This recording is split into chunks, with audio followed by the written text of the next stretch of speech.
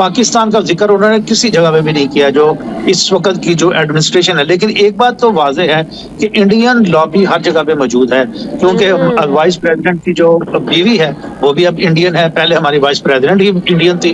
Doctor Jaishankar is the only south Asian जो कि मेरा ख्याल है डोनाल्ड ट्रंप की इनॉग्रेशन और जो उनकी ओथ टेकिंग सेरेमनी है उसमें मौजूद थे और वो बिल्कुल ट्रंप के सामने खड़े हुए हैं। तो आप ये समझ लें जिसे वो कहते हैं ना कि वो एज ए स्पेशल वो एज एनवॉय गए हैं, ठीक है जी, प्राइम मिनिस्टर मोदी के। जब भी फाइलें खोली जाएंगी तालिबान की, आपकी फाइल भी उसमें से कोई एक आध निकल के गिर पड़ेगी टेबल से। साड़ी सख्ती होने वाली लग रहा है मैंने देश दी। चिड़ा मैंने आपको कहा था कि 22 रिपब्लिकन कांग्रेसमैनों ने बिल पेश किया था कि हम जो वहां से बेइज्जत होकर निकले हैं उसमें पाकिस्तान का क्या हिस्सा। ये फाइल आएगी।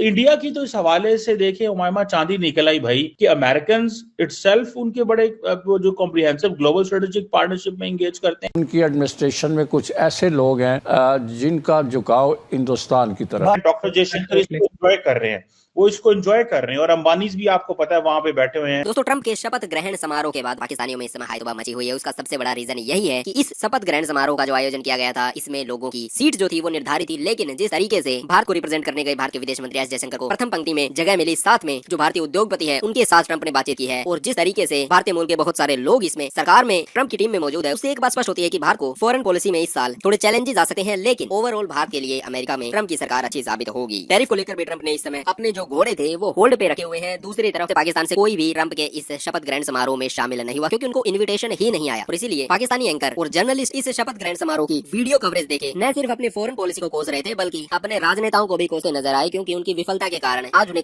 जयशंकर का सामने मौजूद होना, ठीक है जी, जयशंकर का सामने मौजूद होना, ये बिल्कुल ट्रंप साहब के सामने खड़े हुए थे।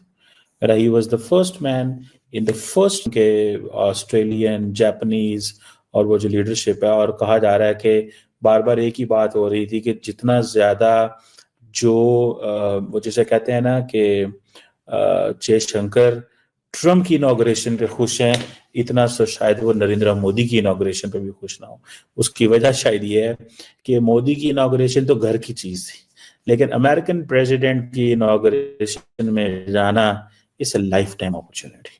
ये एक डॉक्टर जैसे कहते हैं ना किस्मत की जो देवी है, किस्मत की जो देवी है वो बड़ी वो जयशंकर के साथ है। हर बंदे की अपनी किस्मत होती है, मैं ये समझता हूँ वो हर बंदे की किस्मत हो सकती है, लेकिन जो किस्मत डॉक्टर जयशंकर लिखवा के लाए हैं और जो किस्मत नरेंद्र मोदी लिखवा के लाए हैं, मैं नहीं समझता कि कोई और जो है वो उस चीज को वो होगी। सो ये एक चीज है। दूसरा ये है कि ठीक है जी, और ये जो ये पहला ही एड्रेस है, ठीक है जी, और मोदी साहब ने भी सुना है, मैसेज कर दिया है, और मोदी साहब ने जो मैसेज किया है उसमें उन्होंने यही कहा है कि पाइन ट्रंप, हम आपको मिस कर रहे थे, आपकी बड़ी हिस्टोरिक इनॉग्रेशन है, मैं आपके साथ काम करने के लिए तैयार हूँ दोनों मुल्कों के लिए। और पाकिस्तानी वज़ीर आज़म ने भी बाय द वे कॉल कर दी है, मैसेज कर दिया है। कॉल तो नहीं कर सकते, मेरा नहीं ख्याल हमारी को कॉल उठाएगा, मुझे नहीं पता वो कब कॉल उठाएंगे या क्या करेंगे, लेकिन उन्होंने जो है वो कॉल ये समझा कि उन्होंने कहा कि बस मैसेज ही कर दो, यही बहुत बड़ी चीज़ है। बहरहाल डॉक्टर जयशंकर इस वक्त जनाब वहाँ पे विवेक रामास्वामी से भी मिल रहा है और तमाम जो अमेरिकन लीडरशिप से भी मिल रहे हैं। यही वजह है कि तमाम यूरोपियन ममालिक ने अपनी इंडो पैसिफिक डॉक्ट्रिन्स इंट्रोड्यूस कराई हैं और तमाम ममालिक ने इंडिया को एज ए मेजर प्लेयर के तौर पे वहां पे लिया होगा। सो इंडिया की तो इस हवाले से देखिए उमामा चांदी निकल आई भाई कि अमेरिकन इटसेल्फ उनके बड़े वो जो कॉम्प्रिहेंसिव ग्लोबल स्ट्रेटेजिक पार्टनरशिप में एंगेज करते हैं। यूरोपियंस ये देखते हुए कि इंडिया क्योंकि अमेरिका के करीब है, वो फ्रांस हो, जर्मनी हो, कनाडा हो, तमाम की जो इंडो पैसिफिक डॉक्ट्रिन है उसके अंदर सब के सब इंडिया की रेलेवेंस जो है वो मौजूद है। सो क्वाड आप समझ लें कि ये एक साइन ऑफ कॉन्टिन्यूटी है, sign of continuity. For example Indians ये महसूस करते हैं कि जब ट्रंप एडमिनिस्ट्रेशन जब पहली दफा आई थी तो उन्होंने क्वाड को बड़ी अहमियत दी थी, ठीक है जी। सो इसको इस दोबारा लेके आना जो है वो ट्रम्प की तरफ से, इट मींस कि ये Americans do understand China's growing power, वो चाइना की जो ग्रोइंग पावर है उसको एब्सोल्युटली अंडरस्टैंड करते हैं, और वो सेकंड टर्म में भी इसी तरह जो है वो क्वाड को जो है वो रेलिवेंट रखना चाहते हैं। लेकिन जो सबसे इंपॉर्टेंट चीज है उमामा, दैट इज के will quad be a security alliance or will it go the way it is? एक चीज मैं आपको बात बताऊं कि जो कि चाइनीज अमेरिकन इंडियंस ने सो फार रोक के रखा, वो कहते हैं जी हम आपके साथ सिक्योरिटी पार्टनरशिप नहीं करने जा रहे, हम ऐसी कोई गारंटी नहीं आपसे लेना चाहते, आपको कहीं पे दुनिया में मसला होगा। हाँ, अभी हाल ही में इन्होंने एक एग्रीमेंट साइन किया था जिसे बोलते हैं सप्लाई ऑफ सिक्योरिटी अरेंजमेंट, सोसा के नाम से, जो इंडिया के डिफेंस मिनिस्टर ने अमेरिका में किया था, जिसमें उन्होंने कहा था कि अमेरिकन फौजों को दुनिया में और खास तौर पे ये जिस रीजन में है जहां पे भी सपोर्ट चाहिए होगी इंडियंस वो सपोर्ट देंगे। And same is for the Indians कि इंडिया को जहां भी सपोर्ट चाहिए होगी, वो एयर नेवल या बाकी जो लैंड सपोर्ट चाहिए होगी, तो अमेरिकन फौजें जो है वो देंगी। और इस सिलसिले में उन्होंने अपने जो कोऑर्डिनेशन के लिए फौजी भी बिठा रखे हैं दोनों मुल्कों के अंदर। सो क्वेश्चन ये है कि क्वाड को ट्रम्प सिक्योरिटी कंपोनेंट बनाते हैं कि नहीं बनाते, ये क्वेश्चन है।